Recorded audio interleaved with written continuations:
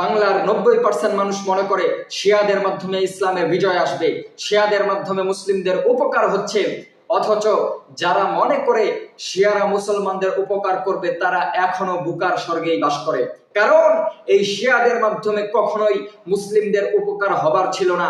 শিয়ারা বারংবার মুসলিমদের সাথে গাদ্দারি করেছে, মুনাফিকি করেছে। শিয়ারা মুসলমানদের কখনোই ভালো চায় না। আপনি বলবেন যে শিয়ারা গত 2 বছরে মুসলিমদের জন্য, ফিলিস্তিনের জন্য যুদ্ধ করেছে, ইসরায়েলে বোমা নিক্ষেপ করেছে। আপনি যদি এটা ভেবে থাকেন তাহলে আপনার এই ভাবনা, আপনার এই চিন্তা ভুল।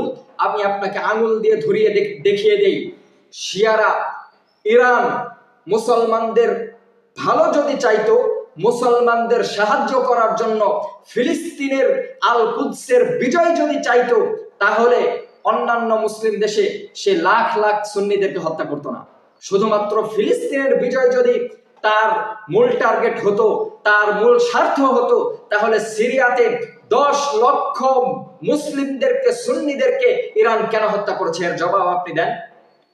মধ্যপ্রাচ্যে 15 লক্ষ মুসলিম সুন্নিদেরকে হত্যা করেছে ইরান এবং বাশার আল আসাদের সাথে আতাত করে হাত মিলিয়ে ইরানের খুমেনির নির্দেশে শুধুমাত্র মধ্যপ্রাচ্যে 15 লক্ষ সুন্নিকে হত্যা করা হয়েছে। ইসরায়েল ফিলিস্তিনে 1.5 লাখ মুসলমানদেরকে নিধন করেছে, হত্যা করেছে। আর মধ্যপ্রাচ্যে 15 লক্ষ মুসলিম মেরেছে শুধুমাত্র ইরান এবং বাশার আল আসাদ। আপনার মুসলিমদেরকে যদি সাহায্য করাই, ইসলামের বিজয় যদি তাদের উদ্দেশ্য হতো, তাহলে 15 লক্ষ মুসলিমকে কেন মারলো? যারা 15 লক্ষ মুসলিম মেরেছে তারা এই 1.5 লাখ মুসলিমদের জন্য আপনার ইসরায়েলে বোমা নিক্ষেপ করে, এটা আমাকে বিশ্বাস করতে বলেন। এর চেয়ে দুর্ভোগের বিষয় আর কি, এর চেয়ে হাস্যকর বিষয় আর কি হতে পারে? এই ইরানের এই শিয়াদের মুসলিমদেরকে সাহায্য করা ইসলামের বিজয় কখনোই উদ্দেশ্য ছিল না।